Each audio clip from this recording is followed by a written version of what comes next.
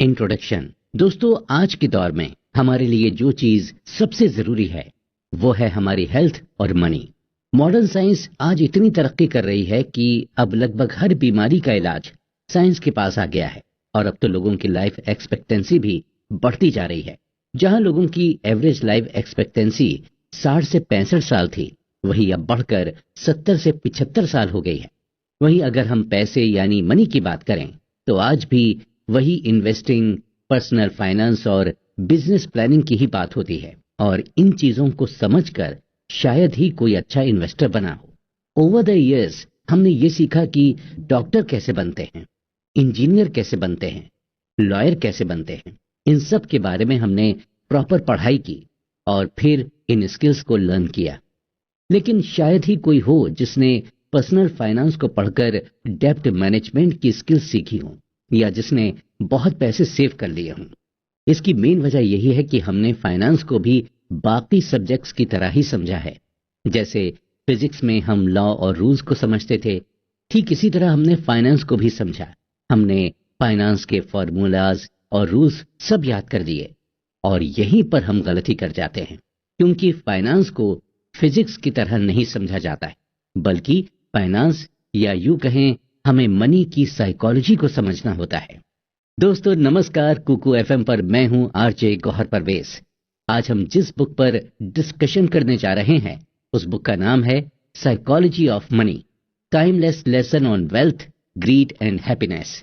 और इसके ऑथर हैं मॉर्गन हॉसेल। दोस्तों, पैसा आपको हर जगह दिखेगा और पैसा ही हमारी लाइफ को अफेक्ट करता है और हमें कंफ्यूज भी करता है। हर इंसान का पैसे को लेकर अलग अलग परसेप्शन है और हर इंसान अपने अपने परसेप्शन के अकॉर्डिंग ही बिहेव करता है। ऑथर कहते हैं कि फाइनेंस को लेकर अक्सर हम यही सोचते हैं कि इसे भी बाकी सब्जेक्ट्स की तरह ही फॉर्मूलाज और रूल्स के हिसाब से समझा जा सकता है। और अक्सर हम फाइनेंस को समझने के लिए कई सारे फार्मूलाज और रूल्स का यूज भी करते हैं। लेकिन फिर भी कई बार ऐसा भी होता है कि सारे फार्मूलाज और रूल्स अप्लाई करने के बाद भी हम फाइनेंशियली स्ट्रांग नहीं हो पाते। इसकी वजह सिर्फ यही है कि हम फाइनेंशियली स्ट्रांग इसलिए नहीं हो पाते क्योंकि हम फार्मूले तो सारे याद कर लेते हैं, लेकिन हम अपने अंदर वो एटीट्यूड और बिहेवियर डेवलप नहीं कर पाते हैं जो पैसे सेव करने के लिए हमारे काम आए।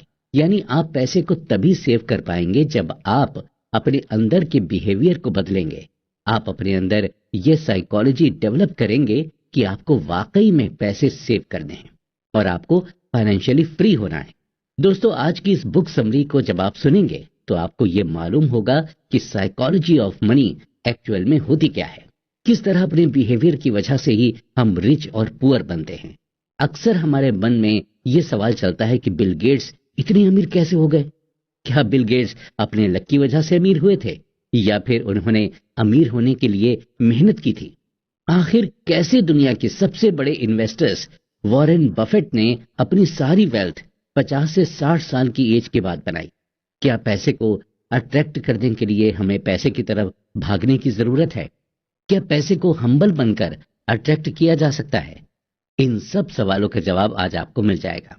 इसके अलावा आपको साइकोलॉजी ऑफ मनी को समझाने के लिए कई सारी केस स्टडीज भी दी गई और उन केस स्टडीज से आपको ये मालूम होगा कि पैसा बचाने के लिए किसी भी तरह की टेक्निकल स्किल्स की जरूरत नहीं पड़ती, बल्कि पैसा सेव करना एक सॉफ्ट स्किल्स। और आप आज उन सॉफ्ट स्किल्स के बारे में जान लेंगे। आज इस डिस्कशन में पैसों को लेकर आपका जो भी परसेप्शन है वो चेंज हो जाएगा। अगर आप अमीर दिखना नहीं बल्कि बनना चाहते हैं तो चलिए इस इंटरेस्टिंग डिस्कशन को आगे के एपिसोड